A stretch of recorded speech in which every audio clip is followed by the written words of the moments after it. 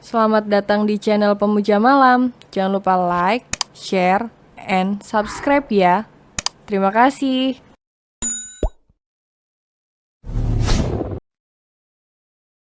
Chapter 13 hatinya tiba-tiba memanas tak karuan. Mata Agam turun memandang Cinderella yang sudah terlelap tidur. Netra mata yang terpenjam dengan bulu mata yang lentik. Dengan bibir yang selalu menggoda untuk dicicipi, membuat Agam menyunggingkan bibirnya. Aku tahu jika pernikahan kita berlangsung tanpa cinta, tapi kita berdua sudah terikat pernikahan yang tidak mungkin bisa diputus begitu saja tanpa adanya alasan. Aku tidak peduli siapapun kamu, dari mana asalmu, suka ataupun tidak. Kamu sudah sah menjadi istriku dan hanya milikku, ucap Agam mengelus pipi Cinderella dengan lembut. Lalu memejamkan matanya menyusul Cinderella ke alam mimpi. Dari sisi lain, Gano dengan tergesa-gesa turun dari mobilnya dan melangkah sedikit berlari ke dalam rumah. Tanpa mengucapkan salam terlebih dahulu, membuat Lulu yang baru keluar dari dapur mengerutkan keningnya melihat Gano berlari ke lantai atas. Lulu yang penasaran akhirnya menyusul Gano ke lantai atas. Karena dia sangat khawatir dengan keadaan anaknya yang masih rapuh. Namun saat Lulu sampai di kamar anaknya, ia lebih merasa heran. Karena Gano sedang mengemasi barang-barangnya ke dalam koper. Nak, panggil Lulu menghampiri anaknya. Gano menoleh dan tersenyum. Hai Mom, kemana kamu akan pergi? Membawa barang-barangmu? Tanya Lulu berdiri tak jauh dari Gano. Aku akan pergi ke suatu tempat di mana aku akan menebus semua kesalahanku, Mom. Jawab Gano yang sudah selesai mengemasi barangnya. Apa kamu akan pergi ke Indonesia menyusul kakakmu? Gano terdiam lalu menoleh pada ibunya dan mengangguk. Yes, Mom. Aku akan pergi meminta maaf pada Agam dan pada seseorang. Seseorang? Tanya Lulu dengan bingung.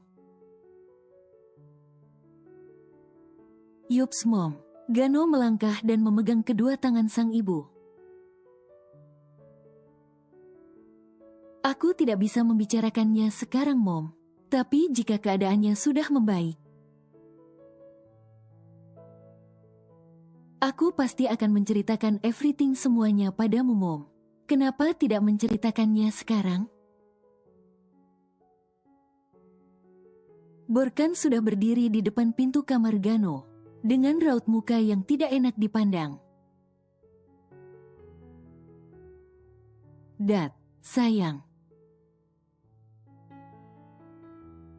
Ucap Gano dan Lulu secara bersamaan.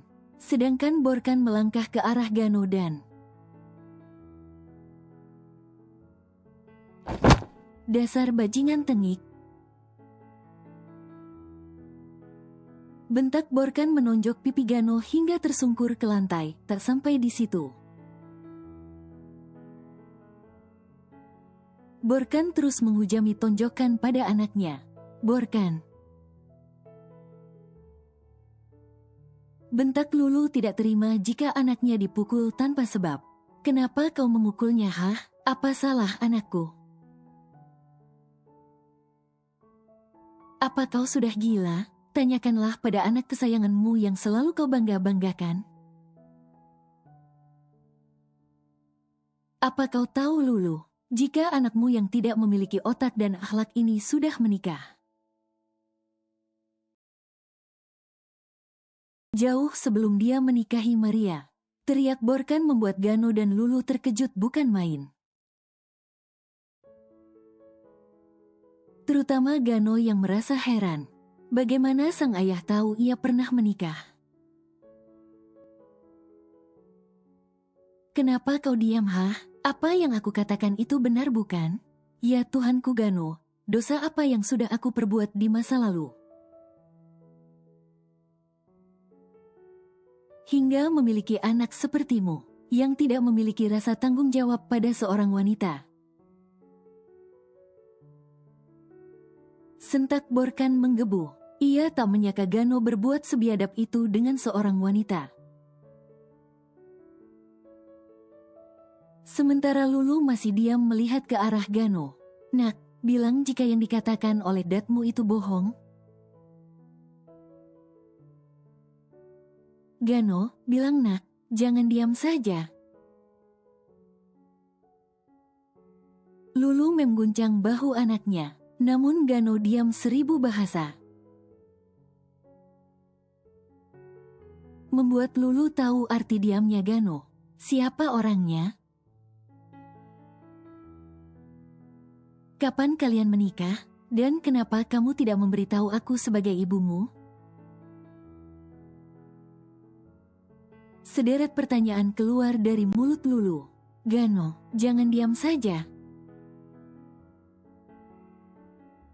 Jawab pertanyaanku, siapa orangnya? Sentak Lulu dengan nada tinggi. Siska Mom.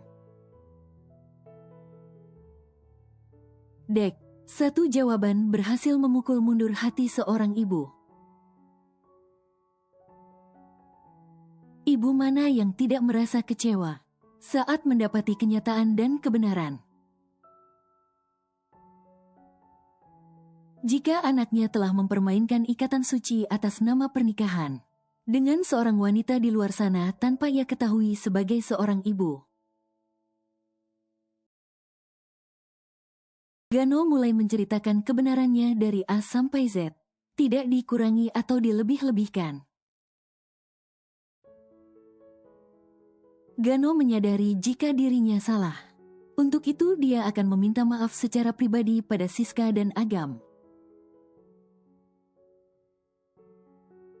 yang berada di Indonesia, walau ia yakin tidak akan semudah membalikkan telapak tangan.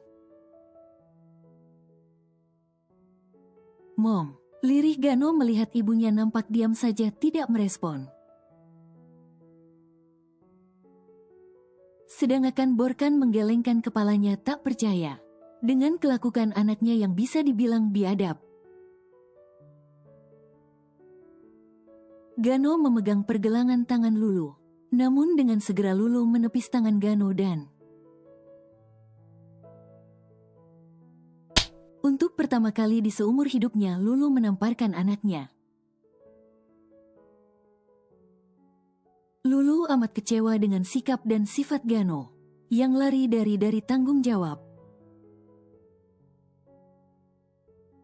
Lulu berdiri dari duduknya. Mom sangat kecewa terhadapmu Gano. Apa yang kau pikirkan saat itu hingga, ya Tuhan apa yang sudah aku perbuat di masa lalu? Hingga sifat anakku seperti ini, ucap Lulu yang enggan menatap Gano. Mom, diam, jangan pernah berbicara sepatah kata pun Gano. Sentak Lulu, aku tidak pernah mengajarimu untuk mempermainkan seorang wanita. Ada apa denganmu Gano? Kau tahu, aku merasa gagal menjadi seorang ibu. Desah Lulu kecewa. Gano berdiri dan memeluk ibunya.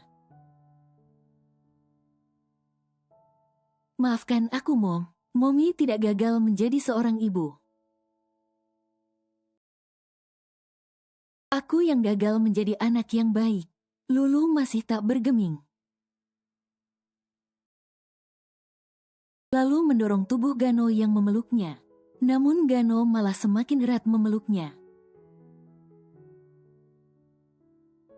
Kemasi barang-barangmu dan pergi dari sini, ucap Lulu mengusir Gano. Gano mengurai pekukannya dan menatap sang ibu. Pergilah dan kembali di saat hubunganmu dengan kakakmu baik-baik saja. Kembalilah jika hubunganmu dengan perempuan yang bernama Siska sudah baik-baik saja, ucap Lulu melangkah pergi dari kamar Gano. Disusul dengan Borkan yang tidak berbicara sepatah kata pun. Setelah kepergian kedua orang tuanya, Gano mundur dan terduduk dengan lemas. Menjambak rambutnya frustasi merenungi semua kesalahan yang telah ia perbuat. Mungkin kesalahan bisa menjadi bahan untuk introspeksi diri. Bukan hanya Gano yang pernah membuat kesalahan. Tapi hampir semua orang pernah melakukan hal yang sama dalam hidup. Karena tidak ada manusia yang sempurna. Jadi, jangan pernah takut dan menyesal saat berbuat kesalahan. Bahkan, ada ungkapan yang menyebutkan, manusia tempatnya salah dan lupa, yang terpenting setelah melakukan kesalahan. Yang harus dilakukan ialah belajar dari kesalahan tersebut, dan tidak mengulangi kesalahan untuk kedua kalinya. Karena percaya atau tidak pasti ada hikmah di balik setiap kesalahan. Gano berdiri dan membawa barangnya keluar dari kamar. Setelah ia mendapatkan pesan dari sekretarisnya, jika pesawat yang akan membawanya ke Indonesia akan lepas landas. Kaki Gano melangkah keluar dari rumah, tanpa berpamitan pada kedua orang tuanya. Karena Gano tahu jika mom dan dedinya masih kecewa padanya, Gano memasukkan barang-barangnya ke dalam bagasi mobil. Lalu ia masuk dan melajukan mobil ke arah bandara dengan cepat, sedangkan di lantai atas tepatnya dari arah jendela. Lulu melihat kepergian anaknya, dengan perasaan campur aduk layaknya permen nano-nano.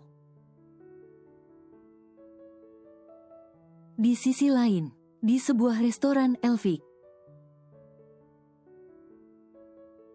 sang manajer berdiri dengan senyum mengembang di wajahnya. Ia sangat senang karena restoran yang dia kelola sangat ramai. Karena kedatangan Agam, membuat suasana resto menjadi panas dingin karena si tampan terus tersenyum. Pada pengunjung yang membuat pengunjung betah. Ini pesanan Anda, Nona. Agam menaruh makanan di meja. Terima kasih sayang. Maksudnya Pak. Wanita yang memesan makanan tersenyum malu-malu. Oh iya, apa boleh kita berfoto bersama? Untuk kenang-kenangan, pinta wanita itu mengeluarkan ponselnya.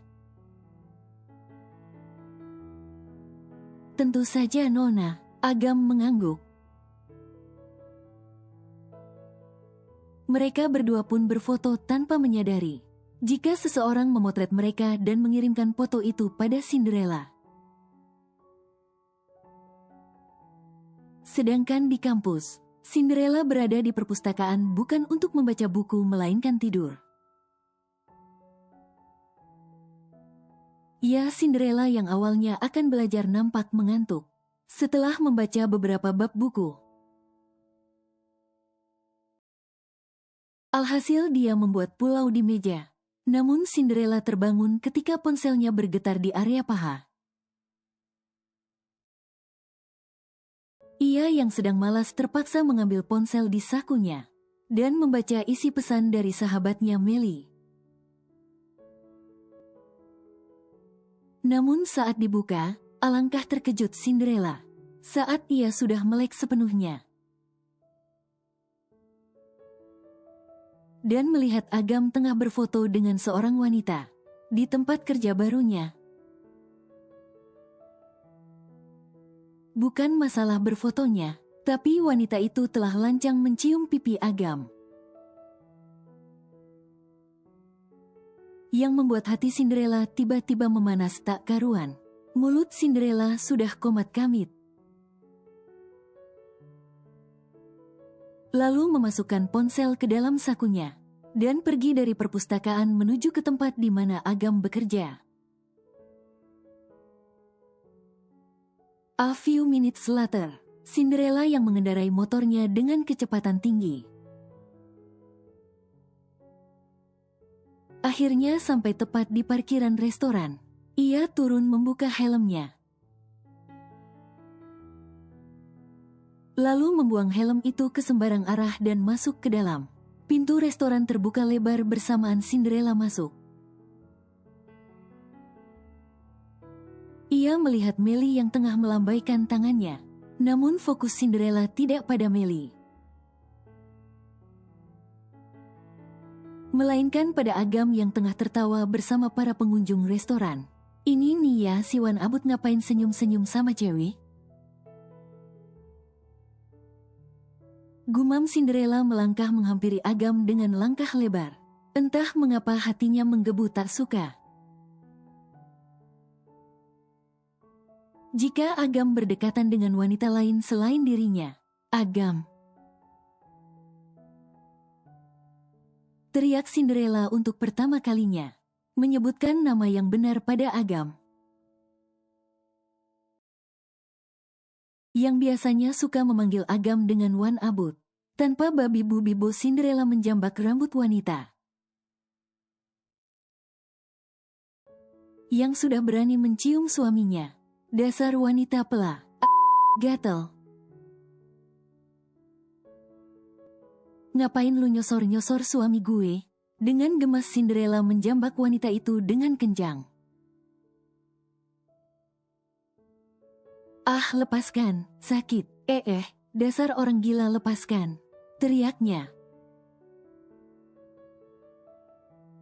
Sedangkan Agam mengedipkan matanya beberapa kali karena terkejut melihat Cinderella ada di depannya. Ella, astagfirullah, ya Ella, apa yang kau lakukan? Agam sadar dari rasa terkejutnya lalu memisahkan Cinderella dengan wanita itu. Sini kamu ya, berani sekali kau mencium suamiku, hah? Dasar pela, sialan. Lepaskan aku Wan Abut, kau sama saja dengan wanita itu. Cinderella memukul bahu Agam dengan brutal. Sementara wanita yang dijambak oleh Cinderella bersembunyi di balik punggung seseorang. Tak berapa lama manajer restoran datang bersama beberapa bodyguard. Ada apa ini? Tanya manajer restoran datang bersama beberapa bodyguard. Semua orang diam tak terkecuali Cinderella, yang masih gerasak gerusuk, ingin menghajar perempuan yang saat ini sedang bersembunyi di balik punggung orang. Gadis barbar ini yang memulainya, Pak. Datang-datang jambak rambut saya, cicit wanita itu dengan pelan karena takut Cinderella mengamuk. Kau yang mulai duluan ya Maemunah, dasar gatal. Ini suami gue. Teriak Cinderella membuat manajer resto menoleh ke arah Cinderella, yang mana sekarang sudah mulai tenang di pelukan Agam.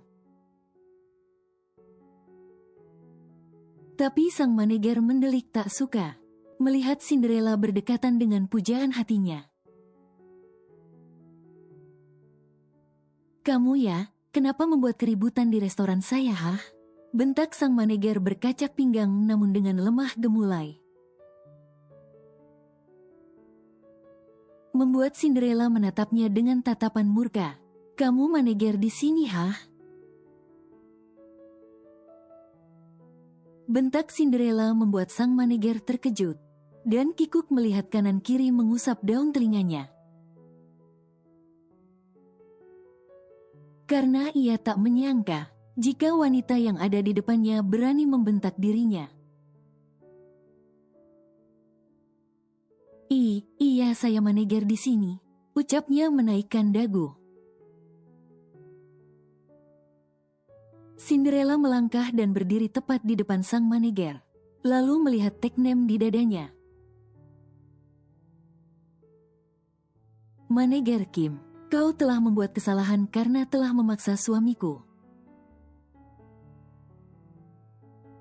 untuk tersenyum pada pelanggan restoran Anda. Apa kau mau aku denda, hah? Heh, siapa dirimu bisa denda orang sembarangan? Tantang manajer Kim. Gadis kampung sepertimu hanya bermulut besar saja, ejek manajer Kim.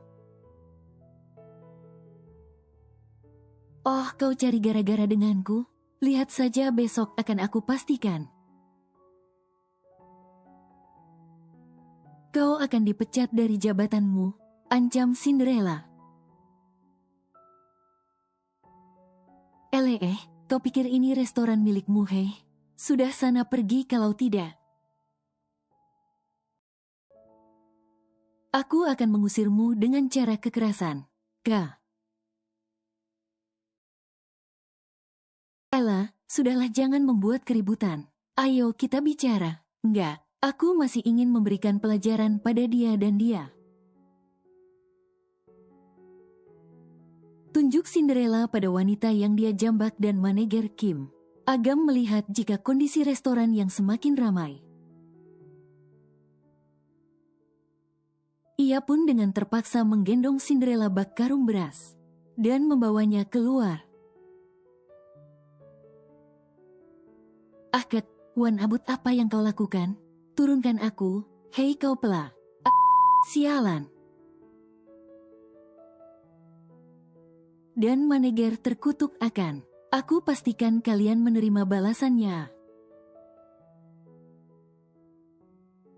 Karena urusan kita belum selesai. Teriak Cinderella menghilang di balik pintu.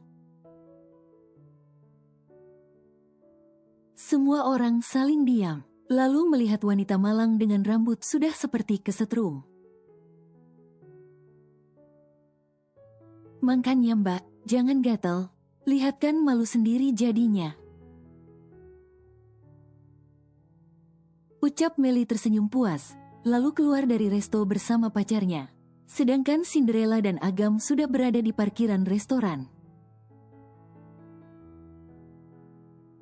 Wan Abut, turunkan aku, teriak Cinderella. Lalu Agam pun menurunkan istrinya dengan perlahan sampai kaki menyentuh tanah. Cinderella membuang muka, karena Agam membawanya pergi sebelum amarahnya meletup. Cinderella, apa yang kau lakukan? Jangan mempermalukan dirimu sendiri. Agam mencoba menasehati istrinya. Agam tidak menyangka jika kelakuannya bisa sama persis seperti Kalea. Dan Agam sempat berpikir jika kutukan Kalea benar-benar menjadi kenyataan. Aku tidak mempermalukan diriku. Tapi aku memberikan pelajaran pada wanita yang sudah.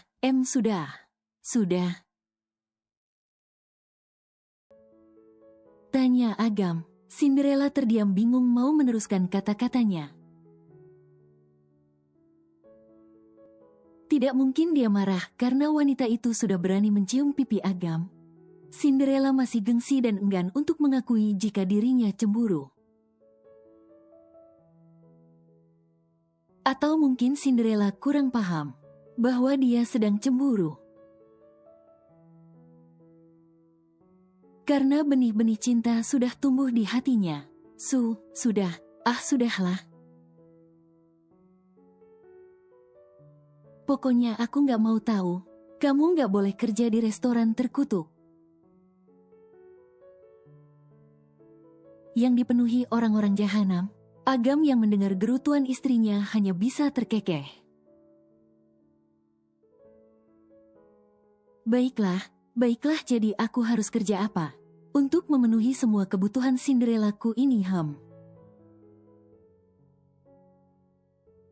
Bisik Agam menarik pinggang Cinderella, hingga dada mereka saling bertubrukan dan saling pandang. Cinderella jadi salah tingkah ketika pandangan mereka bertemu, apalagi dengan posisi mereka saling dempet karena Agam memeluk pinggangnya. Cinderella berdehem, menetralkan getaran yang baru muncul di hatinya. Dagang seblak sama popoi skate di depan kontrakan, asal jangan ada cewek yang genit sama kamu. Ucap Cinderella membuang mukanya. Jadi kau cemburu rupanya.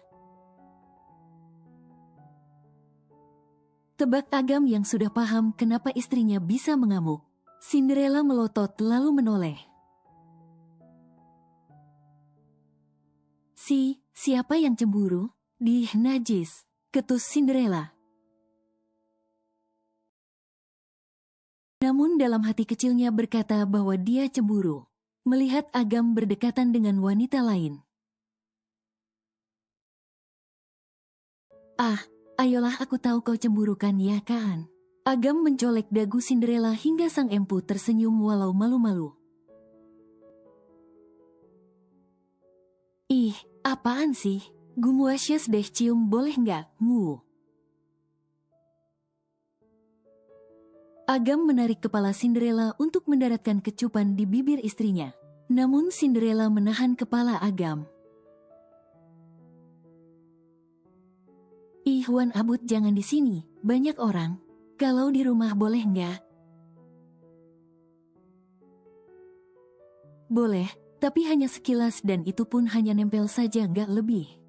Cinderella tidak punya pilihan lain daripada dicium si tempat umum. Agam mencubit pipi Cinderella. Ayo kita pulang. Ajak Agam yang sudah menaiki motor terlebih dahulu. Lalu disusul Cinderella yang duduk di belakang. Di sisi lain, di kota yang sama namun berbeda daerah, seorang gadis cantik sedang melayani pembeli yang berkunjung ke toko kue sederhana miliknya, SRK Bakery. Tolong buatkan kue ulang tahun dengan gambar seperti ini ya, Mbak. Ucap kostumer memberikan sebuah contoh.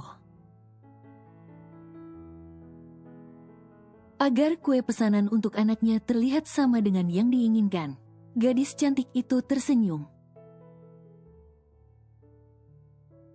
Baik, kuenya akan kami antar besok pagi, Mbak.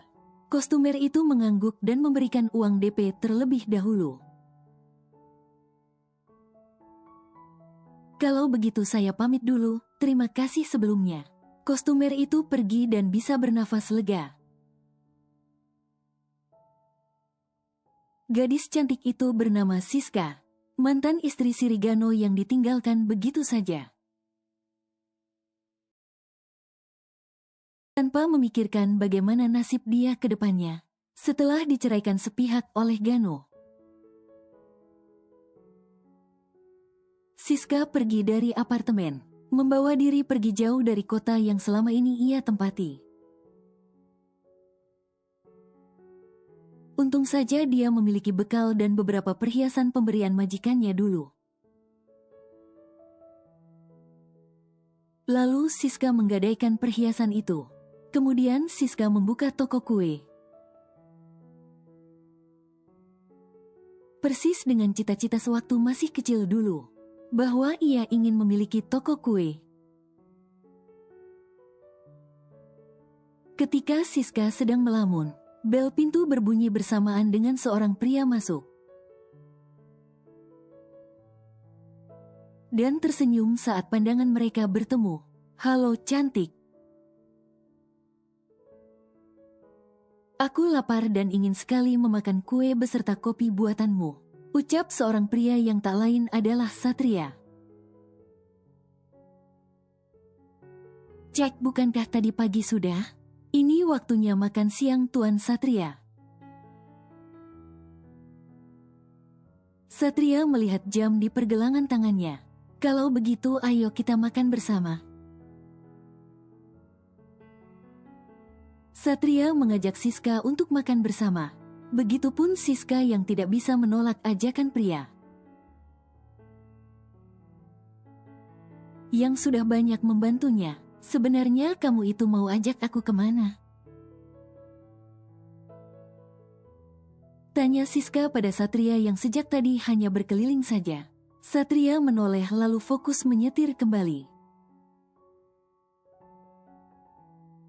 Sebenarnya aku gak lapar. Aku cuma mau curhat masalah cewek.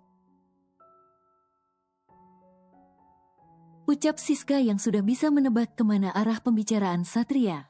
Hehehe, iya, itu kamu tahu. Satria malah cengengesan, lalu memarkirkan mobilnya di sisi jalan. Terus dia orang mana? Nggak tahu, sis. Aku ketemu dia di klub kemarin dan emdaan. Dan, jangan bilang kalau kalian... Hua, Siska dia perko. Aku, Satria menghambur ke pelukan Siska. Hus, ngaco kamu, mana ada cewek perko? Cowok, Siska mentoyor kepala Satria. Yang ada kamu yang keenakan jika memang diperko. Sewot Siska tak habis pikir dengan Satria. Aku serius, Siska. Perjakaku hilang diambil wanita itu kemarin malam. Ah, sudah jangan buat drama di depanku. Aku tahu kau juga menikmatinya kan? Bentak Siska melepaskan pelukan Satria. Sedikit. Pletak, ai. Jangan bilang sedikit, tapi kecebongmu nyembur semua di rahim wanita itu. Apa kamu tidak berpikir bagaimana kalau wanita itu hamil? Aku pakai sarung Pak Lala kok. Cicit Satria yang mana membuat Siska langsung menjambak rambut Satria. Itu bukan diperko. Namanya kardun. Teriak Siska yang mana membuat Satria terkekeh. Sudah bawa aku pulang ke toko. Kita makan dulu ya di restoran depan sana. Bukannya kamu ngidam bebek bakar? Tanya Satria yang langsung diangguki Siska. Lalu Satria melajukan kembali mobilnya menuju restoran.